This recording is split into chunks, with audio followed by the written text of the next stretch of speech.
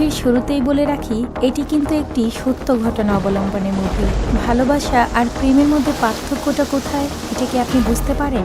আচ্ছা, ছোট্ট একটা উদাহরণ দিয়ে বলি। আপনি যদি একটি ফুলকে ভালোবাসেন, তাহলে আপনি সেই ফুলের গাছের যত্ন নেবেন। আর যদি আপনি সেই ফুলটাকে পছন্দ করেন, তাহলে আপনি প্রতিদিন সেই গাছ থেকে ফুলটা ছিঁড়ে নেবেন। আর ঠিক এইখানেই ভালোবাসা আর প্রেমের পার্থক্য। ভালোবাসার জন্য দুটি ভিন্ন ধর্মের মানুষ কি করতে পারে আর তাদের এই সম্পর্ক তারা কত দূর নিয়ে যেতে পারে, সেটাই আজকে জানতে পারবেন। আমার উপর একটু ভরসা করে ভিডিওটা কন্টিনিউ করুন, আশা করি আপনি হতাশ হবেন না। হ্যালো, কি অবস্থা সবাই, কেমন আছেন? আমি শ্রাবণী আছি আপনাদের সঙ্গে আমার সিনে গল্পচিত্র পরিবারে। আপনাকে স্বাগতম। মুভির শুরুতে আমরা দেখতে পাই একজন লোক ছুরি নিয়ে দাঁড়িয়ে আছে আর থানায় গিয়ে বলছে আমি তাকে খুন করেছি। আর অন্যদিকে হসপিটালে একজন মহিলার কাছে একটা মেয়ে চিঠি নিয়ে আসে, আর সে আবার চিঠিটা নিয়ে কাকে যেন দৌড়ে দেয়। আসলে এখানে কিসের খুন এবং কে চিঠি নিয়ে এসেছে আর কেই বা অসুস্থ, তার সবকিছু আমরা একটু ফ্ল্যাশব্যাকে গেলে জানতে পারবো। যেখানে ফুটবল খেলার টুর্নামেন্ট চলছিল আর ক্যামেরায় ফোকাস করা হয় যে ছেলেটিকে, এর নাম হচ্ছে মইদিন আর এই ছেলেটির নাম হচ্ছে আপ্পু। তারা দুজনে ছোটবেলাকার বন্ধু, আর সেই ফুটবল খেলায় মইদিনের দল জিতে যায়। আর এই খুশিতে সবাই উল্লাস করলে সিন পরিবর্তন হয়ে একটা চার্চে নিয়ে যায়, যেখানে এই মেয়েটির নাম কাঞ্চনা, যাকে সিস্টার বলছে তুমি কেন প্রার্থনায় অংশগ্রহণ করছো না। এরপর কাঞ্চনা বলে আমি আর প্রার্থনায় যাব না, কারণ সেখানে যদি সবাই একসাথে প্রার্থনা করতে পারে তাহলে খাবারে কেন পার্থক্য। সিস্টার বলে যারা আর্থিকভাবে অসচ্ছল তাদের খাবার আলাদাই হবে, তুমি এত কথা বলো না। কাঞ্চনা রেগে গিয়ে বলে তাহলে আপনি কি বলতে চাচ্ছেন এখন হিন্দু মুসলিম সবাই খ্রিস্টান হয়ে যাবে? যে মধ্যবিত্ত তাকে বি ক্লাস খাবার দেওয়া হয়, যে গরিব তাকে সি ক্লাস খাবার দেওয়া হয়। যদি সবাইকে একই ধরনের খাবার দিতে পারেন তবেই আমি প্রার্থনায় যাব। আর হ্যাঁ, যদি এটা না করেন তাহলে ডিসেম্বরের ছুটি শেষ করে আপনার বিরুদ্ধে আমরা ব্যবস্থা নেব। এইসব কথা শুনেই সিস্টার কাঞ্চনার উপর রেগে গিয়ে সেখান থেকে চলে যায়। এরপর দেখা যায় সেই ডিসেম্বর মাস চলে এসেছে এবং কাঞ্চনাও তার বাড়িতে পৌঁছে গিয়েছে, যেখানে কাঞ্চনাদের বাড়িতে একটা পুজোর অনুষ্ঠান চলছিল। তো রেডি হওয়ার সময় কাঞ্চনাকে জানালা থেকে লুকিয়ে লুকিয়ে দেখছিল আপ্পু, যে কিনা কাঞ্চনার কাকাতো ভাই ছিল। তো আপ্পু আসলে কাঞ্চনাকে ভালোবাসে, কিন্তু সে এখনো তা প্রকাশ করতে পারে নাই, তাই চিঠি নিয়ে জানালার পাশে দাঁড়িয়ে আছে।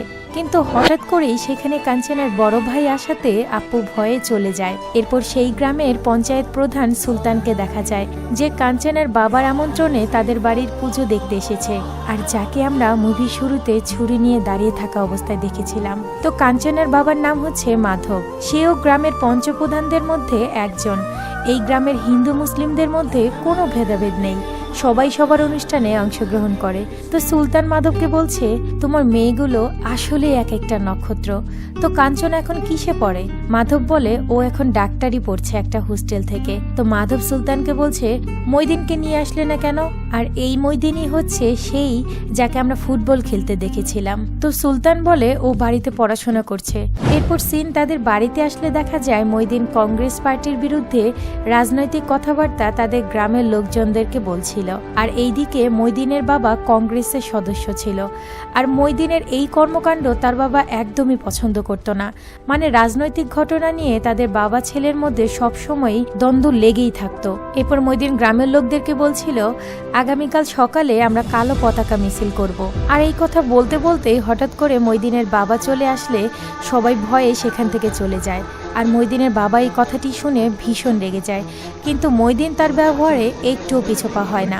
পরদিন ঠিকই সে মিছিল নিয়ে বের হয়, কিন্তু হাত মুখ ভাঙা অবস্থায়। আর গ্রামের লোকেরা বলতে থাকে ও গান্ধীর বিরুদ্ধে কথা বলেছিল বলে পুলিশ তার হাত পা ভেঙে দিয়েছে। ইস, ছেলেটা কতই না কষ্ট করে যাচ্ছে। এরপর ভাষণ শেষ হলে একটা জায়গায় মইদিন আর মইদিনের বন্ধু একটু রেস্ট নেয়। মূলত মইদিনকে কেউ মারেনি, আর সে অসুস্থও ছিল না, এসব ছিল সাজানো নাটক। মইদিনের বন্ধু বলে কিরে, তোকে সত্যি মারে নাই? মইদিন বলে আরে কার এত বড় সাহস যে আমাকে মারবে। আর মইদিনের মাও মইদিনকে এসব নিয়ে খুব সমর্থন করত। এইদিকে কাঞ্চনার ছুটি শেষ হয়ে গিয়েছে, আবার হোস্টেলে ফিরে যাওয়ার সময় চলে এসেছে। তাই সবার কাছ থেকে কাঞ্চনা বিদায় নিয়ে দাদার সাথে হোস্টেলে যাওয়ার জন্য রওনা দিলে হঠাৎ পথিমধ্যেই তাদের গাড়িটা নষ্ট হয়ে যায়। কি আর করার, পরে কাঞ্চনা বাসে করে হোস্টেলে আসে। আর প্রতিনিয়ত হোস্টেলে কাঞ্চনাকে কে যেন চিঠি পাঠাতো। এরকম আরো কয়েকবার পাঠানোর পর সিস্টার খুব রেগে গিয়ে বলে, তোমাকে কে বারবার চিঠি পাঠায়, আর কোনো ধরনের নাম ঠিকানা না লিখে আমাকে সত্যি করে বলো। কাঞ্চনা বলে, সিস্টার আমি সত্যি জানি না আমাকে কে চিঠি পাঠাচ্ছে। যাই হোক, তারপর সবাই যখন খেতে বসে তখন কাঞ্চনার বান্ধবী বলে, আজকে তোর জন্যই আমরা এত ভালো ভালো খাবার পাচ্ছি রে। কিন্তু কাঞ্চনার কোনো রিয়েকশনই নাই সেই কথায়। সে বারবার ভাবছে কে আমার সঙ্গে এরকমটা করছে, আর কেই বা এত চিঠি পাঠাচ্ছে। এরপর কাঞ্চনা রুমে এসে চিঠিগুলো খুলতেই দেখে চিঠিতে কিছু কিছু জায়গায় মার্ক করা আছে। তারপর সেই মার্ক করা জায়গাগুলো একসাথে করলে একটা নাম খুঁজে পায়, আর যেই নামটি হচ্ছে মইদিন। কাঞ্চনা অবাক হয়ে যায়, কিন্তু কাঞ্চনাও মনে মনে মইদিনকে কিছুটা পছন্দও করত। এরপর আর কি, তাদের মধ্যে বিশুদ্ধ ভালোবাসা সৃষ্টি হয়ে যায়। দুজনের মাথায় তখন ছিল না তারা দুই ধর্মের মানুষ, আর তাদের এই ভালোবাসার জন্য তারা অনেক ঝামেলায়ও পড়তে পারে। আর এইদিকে আপু নিজের সব আবেগ দিয়ে কাঞ্চনার জন্য চিঠি লিখছে। পরদিন সকালে সবাই মিলে মাঠে খেলতে গেলে কাঞ্চনার বড় ভাই শরীরে অনেক ব্যথা পায়। এরপর তাকে বাড়িতে নিয়ে চিকিৎসা দিচ্ছিল। মইদিন, আপু, কাঞ্চনার ভাই আসলে তারা সবাই বন্ধু। আর সেইখানে কাঞ্চনা মইদিনকে দেখতে পেয়ে ইশারাতে বলতে থাকে, তোমার সঙ্গে আমি পরে দেখা করব। কিন্তু সেই কথাটা বলার সময় আপু আবার সাইডে ছিল। আপু দূর থেকে দেখে মনে করে কাঞ্চনা কথাটা তাকে বলেছে। বলেন কি একটা অবস্থা! তখনও কাঞ্চনা জানে না যে আপু তাকে ভালোবাসে, আর এইদিকে আপুও জানতো না কাঞ্চনা আর মইদিনের মধ্যে ভালোবাসা তৈরি হয়ে গিয়েছে। যাই হোক, এরপর মইদিন আর আপু যখন বাড়ি চলে যাচ্ছিল তখন কাঞ্চনা তাদের উপরতলা থেকে মইদিনকে টাটা জানায়, আর সেটা পেছন থেকে আপু দেখতে পেলে মনে মনে ভাবে কাঞ্চনা তাকে বিদায় জানাচ্ছে। এরপর সে আবার সামনের দিকে তাকালে মইদিন পেছন ঘুরে তাকায়। কি একটা পরিস্থিতি! এরপর রাতে আবার আপু চিঠিতে লিখে, তুমি আমাকে দেখেও না দেখার ভান করো। আমি জানি তুমি চাও আমি তোমাকে আগে ভালোবাসি কথাটা বলি, কিন্তু চিন্তা করো না, আমিই আগে তোমাকে বলবো। ছোটবেলা থেকে আমরা যেরকম ময়ূরের পাখা যত্ন করে রেখে দিই, সেই রকম আমিও তোমাকে আমার মনের মধ্যে রেখে দিতে চাই কাঞ্চনা। আমি তোমাকে অনেক ভালোবাসি। এভাবে তার মনের ভাব প্রকাশ করে সেই চিঠিতে লিখে। এর পরদিন কাঞ্চনা আর মইদিন নদীর ওপারে গিয়ে একটি ঘরে দেখা করে। কাঞ্চনা মইদিনকে বলে, মইদিন, আমাদের সম্পর্কটা কেউ মেনে নিবে না। আমি কি তোমার কখনোই হতে পারবো না মইদিন? মইদিন হাসতে হাসতে বলে, শোনো, হিরো পাঞ্জি নদী যদি আরব সাগরে গিয়ে পৌঁছাতে পারে তাহলে কাঞ্চনাও মইদিনের হবে, আর এটি আমার তোমার প্রতি প্রতিশ্রুতি কাঞ্চনা। এরপর তারা দুজন দুজনকে স্পর্শ না করেও কাঞ্চনা বৃষ্টির জল হাতে নিলে সেই জল আবার মইদিনের হাতে নেয়, আর এভাবেই কাঞ্চনাকে বিশুদ্ধ অনুভূতির দ্বারা ভালোবাসতে থাকে মইদিন। তারা এতটা কাছাকাছি আসার পরেও দুজন দুজনকে স্পর্শ করে না।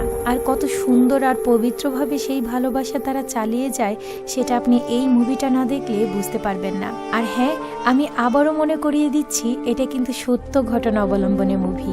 এরপর যখন কাঞ্চনা সেখান থেকে চলে আসে তখন রাস্তায় আপ্পুর সঙ্গে দেখা হয়ে যায়, আর তার সেই যত্নে গড়া ভালোবাসার চিঠিটা আপু কাঞ্চনার হাতে দেয়। কাঞ্চনা একটু অবাক হলেও চিঠিটা নিয়ে বাড়িতে পৌঁছে যায়। আর এইদিকে মইদিন বাড়িতে পৌঁছালে দেখে তার বাবা তার জন্য বিয়ের প্রস্তাব এনেছে, কিন্তু মইদিন সরাসরি তার বাবাকে বলে দেয়, আমি কাঞ্চনাকে ভালোবাসি, আর বিয়ে করলে আমি কাঞ্চনাকেই করব। এটা শুনে মইদিনের বাবা অনেক রেগে গিয়ে বন্দুক বের করলে মইদিনের মা তাকে গিয়ে থামায়। আর মইদিন তার বাবাকে বলতে থাকে, মনে রাখবেন আমিও আপনার ছেলে, আমাকে যদি মেরে ফেলেন তাহলে আমার লাশটা আপনাকেই কাঁধে করে নিয়ে যেতে হবে। মইদিনের বাবা রেগে বলে, তোর এই সস্তা ভালোবাসার জন্য আমাদের এত বছরের বন্ধুত্ব কি আমি নষ্ট করব? মইদিন বলে, তুমি তাদের সব অনুষ্ঠানে যেতে পারো, আর তাকে ঘরের বউ বানাতে তোমার এত কষ্ট হবে কেন? এরকম কথা কাটাকাটির পর মইদিনের বাবা মইদিনকে বাড়ি থেকে বের করে দেয়, আর মইদিন তার কাকার বাড়িতে গিয়ে ওঠে।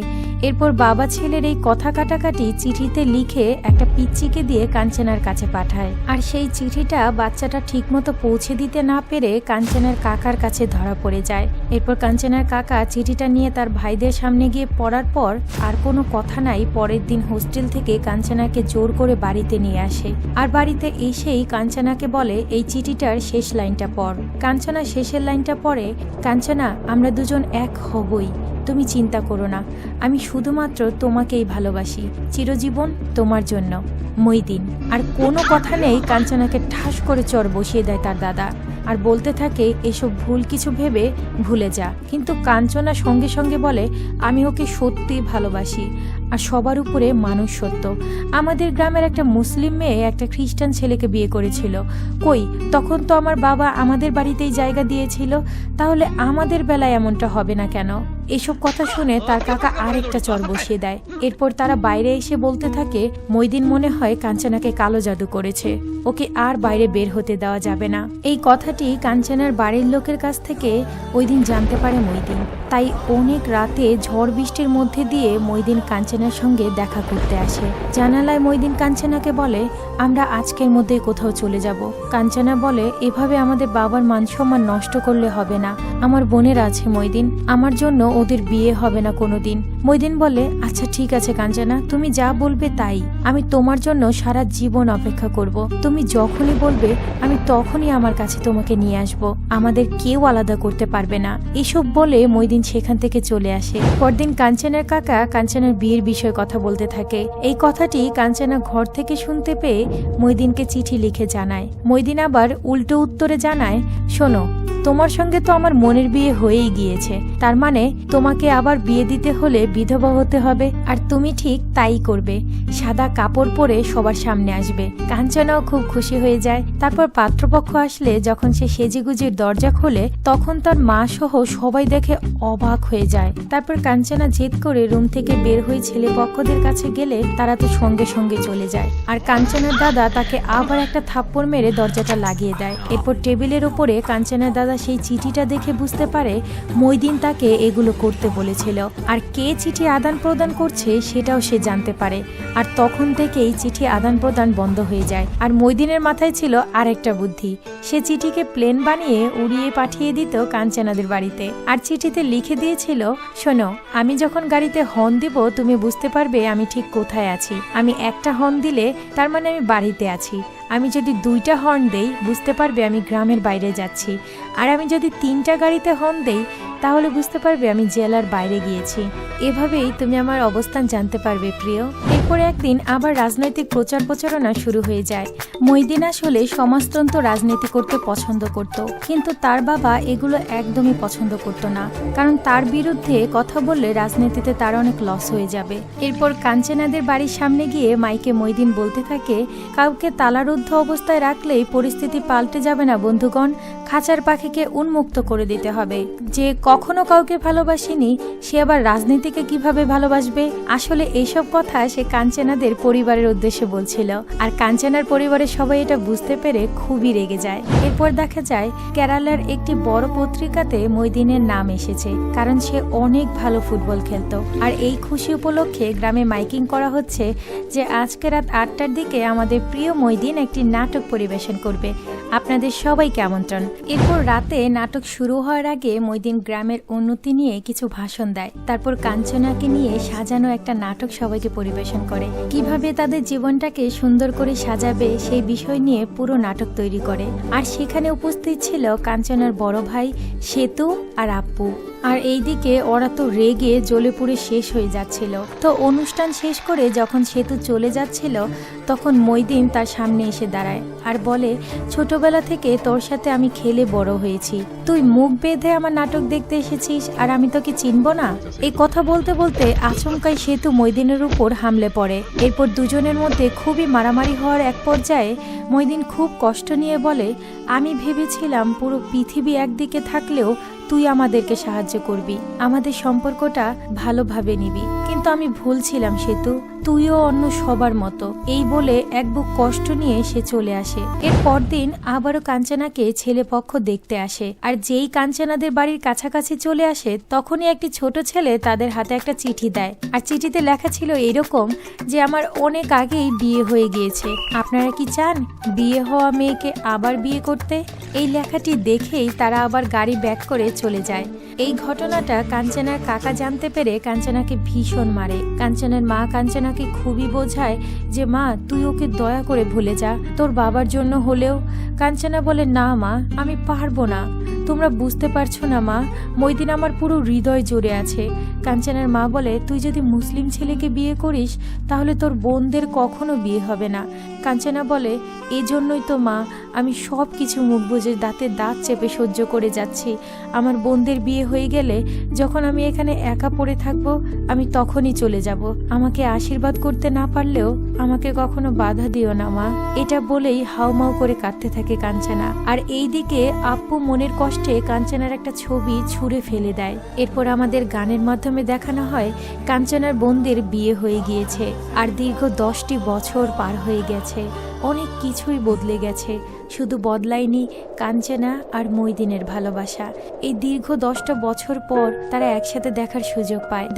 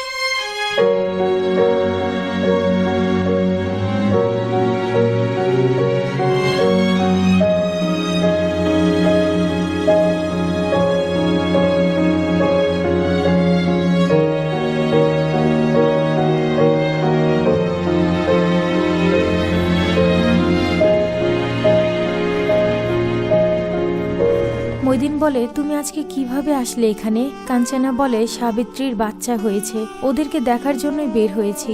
আর এই সাবিত্রী কাঞ্চনার সবচেয়ে ছোট বোন ছিল। এটা শুনে মইদিন অনেক কষ্ট পায় আর বলে, আমরা কেন বসে আছি? সবাই সবার জীবন সুন্দর করে তৈরি করে ফেলেছে। এরপর কাঞ্চনা বলে, হ্যাঁ আমিও ওদের জন্য অপেক্ষা করেছিলাম, এখন ওরা সবাই বিবাহিত। এখন আমি তোমার কাছে ছুটে আসতে চাই মইদিন, আমি আর এসব কষ্ট সহ্য করতে পারছি না। এরপর মইদিন বলে, আমি চিঠিতে যা বলেছি তোমার মনে আছে তো? কালকে কিন্তু আমি তোমার জন্য সঠিক সময় অপেক্ষা করব। কাঞ্চনা বলে, হ্যাঁ মনে আছে। এরপর নৌকা চলে আসলে তারা চলে যায়। আর মইদিন বাড়ির দিকে আসতে থাকলে মইদিনের বাবার সঙ্গে দেখা হয়। সুলতান বলে, তুই কি এগুলো শেষ করবি না? এত বছর হয়ে গেছে। মইদিন বলে, হ্যাঁ শেষ তখনই হবে যখন আমি কাঞ্চনাকে আমার জীবনে পাবো। এরপর মইদিনের বাবা বলে, আমি তোর মাকে বিয়ে করেছি পারিবারিক সম্বন্ধ দেখে, আর আমার ছেলে হয়ে তুই কিনা এইসব করে বেড়াচ্ছিস, তুই কখনোই ওকে পাবি না, তুই কিন্তু মারা যাবি এসব করলে। মইদিন বলে, আমি মরে যাওয়ার পরেও শুধু কাঞ্চনাকেই ভালোবাসবো। এরপর আর কোনো কথা নেই, রাগের মাথায় নিজের ছেলের পেটের মধ্যে চাকু ঢুকিয়ে দেয়। মইদিন তো কয়েক সেকেন্ডের জন্য বিশ্বাসই করতে পারছিল না যে তার বাবা তাকে হত্যা করতে এসেছে। আর এই কথাটি জানতে পেরে কাঞ্চনা মইদিনকে চিঠি লিখে যে, আমি বিশ্বাস করি তুমি কখনো মরতে পারো না, আর আমি নিজে আত্মহত্যা কখনোই করব না, তাহলে আমার এত বছরের অপেক্ষা সব বিফলে যাবে। সৃষ্টিকর্তার কাছে আমি কখনোই কিছু চাইনি, কিন্তু আজকে চাই, হে ঈশ্বর তুমি আমার মইদিনকে আমার কাছে ফিরিয়ে দাও। আর ঠিক এই চিঠিটাই মুভির শুরুতে মইদিনের মায়ের কাছে এনে দেয় কাঞ্চনাদের বাড়ির লোক। এরপর মইদিনের মা মইদিনের হাতে চিঠিটা দিলে মইদিনের চোখ থেকে এক ফোঁটা জল গড়িয়ে পড়ে। এর পরের সিনে আমরা মুভির শুরুতে যে দেখেছিলাম একজন ছুরি নিয়ে পুলিশ স্টেশনে এসেছে, এই সেই দৃশ্য যেটা মইদিনের বাবা সুলতান তার ছেলের বুকে চাকু দেওয়ার পর নিজে পুলিশের কাছে এসে আত্মসমর্পণ করে। কিন্তু তাকে আর জেলে রাখা হয় না, কারণ সে সুনামধন্য একজন পঞ্চায়েত ছিলেন, তবে তার নামে অপরাধটি লেখা হয়। এরপর দেখা যায় মইদিনের মা মইদিনের বাবার সাথে রাগারাগি করে বাড়ি থেকে বের হয়ে যায় আর বলতে থাকে, অর্থ প্রাচুর্যের জেরে আপনি নিজের ছেলেকে মারতেও একটা ভার পিছপা হননি। আমি আপনার এই সংসার আর কোনোদিন করব না, আপনি থাকেন আপনার এই অহংকার নিয়ে। আমি আমার ছেলের কাছে ফিরে গেলাম। এরপর হসপিটালে গিয়ে দেখে মইদিন অনেকটা সুস্থ হয়ে গিয়েছে। তখন মইদিনের মা বলে, তুই যত দ্রুত সম্ভব কাঞ্চনাকে আমার কাছে নিয়ে আয়, আমি ওকে পুত্রবধূ করে নিব। মইদিন বলে, হ্যাঁ মা, আমি তো শুরু থেকেই চেয়েছি, একটু ধৈর্য ধরো মা, আমি এবার সত্যি কাঞ্চনাকে তোমার কাছে নিয়ে আসব। এরপর মইদিনকে আর তার বাবাকে কোর্টে তোলা হয়। মইদিনের উকিল পুরো ঘটনা সকলকে জানায়। শেষে বলে, তাহলে তোমার বাবাই তোমাকে ছুরিকাঘাত করেছিল, তাই না? কিন্তু মইদিন মিথ্যে কথা বলে।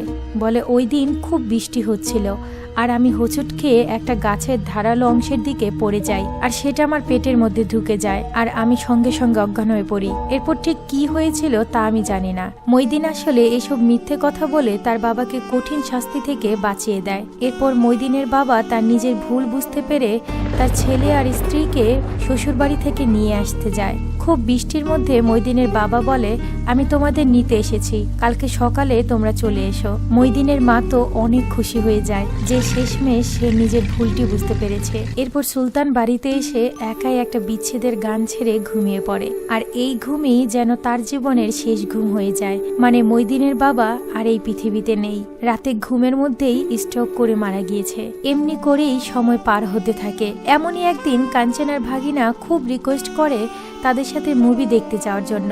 ছোট মানুষ এত রিকোয়েস্ট করছে বিদায় কাঞ্চনা আর না করতে পারে না। কিন্তু কাঞ্চনার ওখানে একটুও মন ভালো লাগছিল না, আর মইদিন আগে থেকেই জানতো যে কাঞ্চনা এখানে আসবে। তাই মইদিন কৌশলে কাঞ্চনার কাছে এসে বলে, আমি কালকে গাড়ি নিয়ে তোমার জন্য অপেক্ষা করব, রাতে তুমি কিন্তু অবশ্যই আসবে। কাঞ্চনাও খুশি হয়ে যায়, বলে হ্যাঁ আচ্ছা ঠিক আছে, তুমি এখন যাও, কেউ দেখে ফেলবে। এতটা বছর পর তারা দুজন মহা খুশি যে আজ থেকে তারা একসঙ্গে থাকবে। কিন্তু যখনই কাঞ্চনা বের হবে তখনই তার বড় ভাই রামাচন্দ্রের মৃত্যুর খবর আসে। ভাগ্য তাদের এখনো সহায় হলো না। কি ভাবছেন মুভি শেষ হয়ে গিয়েছে? আরে না না, আরো টুইস্ট সামনে আছে। সেই সময়েও তাদের আর একসঙ্গে থাকার স্বপ্নটা স্বপ্নই থেকে যায়। আর এইদিকে দিন দিন কাঞ্চনার ভাই কাঞ্চনাকে নিয়ে খুব চিন্তিত হয়ে পড়েছে। বলতে থাকে কাঞ্চনার অনেক বয়স হয়ে যাচ্ছে, কিন্তু ওকে আমি কোনো ভালো জায়গায় এখনো বিয়ে দিতে পারছি না। পরে কাঞ্চনার ছোট বোন জামাই বলে, ভাই আপনি এই মেয়ের জন্য ভালো কোনো পাত্র পাবেন না, আপনি ওর চিন্তায় নিজেও বিয়ে করেননি, এটা ঠিক না, আপনি দেখে শুনে বিয়ে করে ফেলেন আর ওই মেয়েকে ওইভাবেই ছেড়ে দেন। এরকম রাগী মেয়ে আমি কখনো দেখি নাই। এসব কথা বলতে বলতেই আপ্পু চলে আসে, আর আপ্পু বলে, দাদা আপনি যদি কিছু না মনে করেন তাহলে একটা কথা বলতাম। আমি আসলে কাঞ্চনাকে অনেক ভালোবাসি, আমি কাঞ্চনাকে বিয়ে করতে চাই দাদা। কাঞ্চনার ভাই একটু অবাক হলেও রাজি হয়ে যায়। এরপর কাঞ্চনাকে দেখতে আসলে কাঞ্চনা এই প্রথম রঙিন শাড়ি পরে তাদের সামনে আসে। এরপর আপ্পু সবাইকে বলে, আমি একটু কাঞ্চনার সঙ্গে আলাদাভাবে কথা বলতে চাই। তখন তারা আলাদা কথা বলতে গেলে কাঞ্চনাকে জিজ্ঞেস করে, তুমি তো সবসময় বিধবা শাড়ি পরে এসেছ বিয়ে নষ্ট করার জন্য, আজকে কি আমার জন্য রঙিন শাড়ি পরেছ কাঞ্চনা? তোমাকে খুব সুন্দর লাগছে। আমি তোমাকে সেই ছোটবেলা থেকে ভালোবাসি, আর ছোটবেলা থেকেই আমি শুধু তোমার কথাই ভেবে এসেছি, তাই এখন পর্যন্ত আমিও বিয়ে করিনি। দেখো মইদিনকে কেউ মেনে নিবে না, আমি তোমাকে এই পৃথিবীর সবচেয়ে সুখে রাখবো, কোনো দিন কষ্ট দিব না। তখন কাঞ্চনা বলে, তুমি যদি আমাকে এক দীর্ঘ সমান ভালোবাসো তাহলে মইদিন আমাকে এক সাগর সমান ভালোবাসে। তুমি যদি আমাকে শতবার ভালোবাসো তাহলে মইদিন আমাকে লক্ষ কোটি বার ভালোবাসে। এটা কোনো দিন সম্ভব না তোমার সঙ্গে আমার বিয়ে হওয়াটা অপ্পু ভাই। তারপরও যদি তুমি আমাকে বিয়ে করতে চাও তাহলে আমার মৃত্যুর পর আমার দেহের সঙ্গে তোমার বিয়ে হবে, আমি কোনো দিন তোমাকে বিয়ে করতে পারবো না। এরপর হাউমাউ করে কাঁদতে থাকে কাঞ্চনা। তখন আপ্পু বলে, তোমাদের এত ভালোবাসা একদিন পৃথিবী জানবে, পৃথিবীর লোকেরা জানবে তোমরা ভালোবেসে দুজন দুজনের জন্য কি করেছো। কাঞ্চনা আমাকে ক্ষমা করে দিও। পরদিন এত বছর পর আপ্পু মইদিনের কাছে এসে দেখা করে বলে, মইদিন কাঞ্চনা শুধুই তোর। কাঞ্চনার একটা ছবি আমার কাছে ছিল, এই নে তোকে দিলাম। এরপর দেখা যায় মইদিনের বন্ধুর বিয়ে হয়ে গিয়েছে। এরপর আরো কিছু বছর পার হয়, আর তখন মইদিনের বন্ধুর বাচ্চা হলে কাঞ্চনাদের বাড়িতে নিমন্ত্রণ করা হয়, আর কাঞ্চনা সেখানে যাবে বলে আপ্পু এই কথাটা মইদিনকে আগে থেকেই জানায়। এরপর তারা আবারও দেখা করার সুযোগ পায়। মইদিন কাঞ্চনাকে বলে, আমাদের পাসপোর্ট রেডি হয়ে গিয়েছে, কিছুদিনের মধ্যেই পাসপোর্ট হাতে পাবো, তখনই আমি ভিসার জন্য আবেদন করব। কাঞ্চনা একটু আক্ষেপ নিয়ে বলে, আমরা এত অপেক্ষা করেছি কিন্তু তারপরও আমরা কেন গ্রামে থাকতে পারবো না? তখন মইদিন বলে, আমরা যদি গ্রামে থাকতে চাই তাহলে হিন্দু মুসলিম দাঙ্গা বেঁধে যেতে পারে। আমার মা তোমার জন্য অপেক্ষা করছে, তোমার জন্য আমাদের বাড়ির দরজা সারা জীবন খোলা থাকবে। আমরা সবকিছু শান্ত হলেই আমাদের প্রিয় গ্রামে আবার ফিরে আসব। তোমার পায়ের এক মুঠো বালি আমি রেখে দিয়েছিলাম, যতদিন না আমরা এক হতে পারি সেটাই আমার জীবনের সঙ্গী। এই বলে মইদিন কাঞ্চনাকে আশ্বস্ত করে। এর কিছুদিন পর দেখা যায় তাদের পাসপোর্ট রেডি হয়ে গিয়েছে। এদিকে মইদিন নৌকায় করে আসছিল কাঞ্চনাকে নিতে, আর কাঞ্চনা বহু বহু বছর পর নিজেকে সুন্দর করে সাজিয়েছে আজ। এবার তাহলে তারা একত্র হবে। সেই আনন্দ কাঞ্চনা এবং মইদিনের জীবনে যেন আশীর্বাদ হয়ে আসে। কিন্তু হঠাৎ আচমকাই ঝড় শুরু হয়ে যায় মাঝ নদীতে। এদিকে তো কাঞ্চনা খুব সুন্দর করে সেজে রেডি হয়ে আছে। হঠাৎই মইদিনের নৌকা থেকে কয়েকজন জলে পড়ে যায়। আর মইদিন যেহেতু মানুষের কষ্ট সহ্য করতে পারে না, তাই তাদেরকে উদ্ধার করার জন্য মাঝ নদীতে ঝাঁপ দেয়। আর মইদিন একে একে সবাইকে বাঁচাতেও পারে, কিন্তু শেষে একজনকে বাঁচাতে গিয়ে নদীর নিচে একটা শিকলে তার পা আটকে যায়। অনেক চেষ্টা করার পরেও সেখান থেকে সে বের হতে পারে না। আর সেই জায়গায় ঘূর্ণয়মান ঝড় শুরু হয়ে যায়। আর যেখানে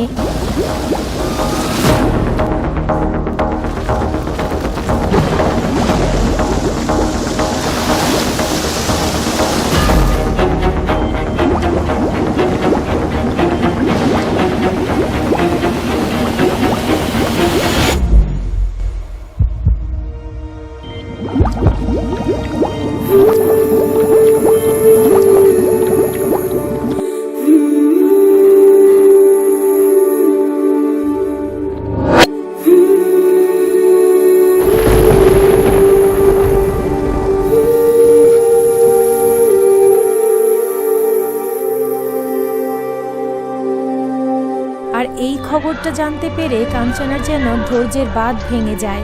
তার এই 20 বছরের অপেক্ষা, এত শত কষ্ট যেন নিমিষেই বিলীন হয়ে যায়। মইদিন যে নদীতে মারা গিয়েছে সেই নদীর কিছু জল খেতে চায় কাঞ্চনা। তখন কাঞ্চনার কাছে সেটা এনে দিলে কাঞ্চনা সেই জলে বিষ খেয়ে মরতে চায়। ঠিক তখনই মইদিনের মা এসে কাঞ্চনাকে বলে, কি করছিস তুই এটা? তুই আমার বাড়ি যাবি আমার পুত্রবধূ হিসেবে মা। তখন কাঞ্চনা মইদিনের মার সাথে বাইরে বেরিয়ে গেলে তখন আর তাকে কাঞ্চনার বাড়ির কেউ আটকায় না। আর ঠিক মইদিনের বাড়িতে পা রাখতেই কাঞ্চনা মইদিনকে অনুভব করতে পারে।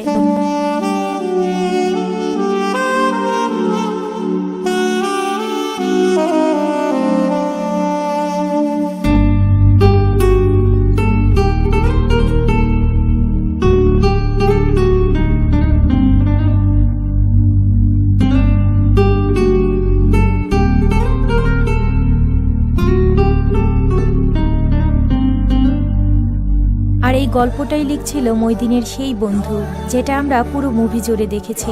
এরপর শেষে লেখে, কাঞ্চনা মইদিনের অবিবাহিত স্ত্রী হয়েই থেকে গেল মইদিনের বাড়িতে। কিন্তু তাদের দুজনের মনের বিয়ে তো অনেক আগেই হয়ে গিয়েছে। আর এভাবেই গল্পটা শেষ হয়ে যায়। আপনাদের তো আগেই বলেছিলাম এটা সত্য ঘটনা অবলম্বনে মুভি। এখন আপনাদের সেই সত্যিকারের কাঞ্চনাকে দেখাবো। ভালোবাসার কত শত উদাহরণ হতে পারে, কিন্তু আমার দেখা শ্রেষ্ঠ কিছু মুভির মধ্যে এটা অন্যতম। সৃষ্টিকর্তা যদি এক করতে না চায়, তাহলে আপনাদেরকে কাছাকাছি এনেও সে এক করবে না। দেখুন না, তারা কত শত চেষ্টা করেও একসাথে হতে পারেনি, কিন্তু তাদের ভালোবাসা এতটুকুও কমেনি। আমার মতো কে কে মুভিটা দেখে কেঁদেছেন আমাকে অবশ্যই জানাবেন। আর প্লিজ আমার এই চ্যানেলটির পাশেই থাকবেন। অসংখ্য ধন্যবাদ। ভালো থাকবেন। Bye bye.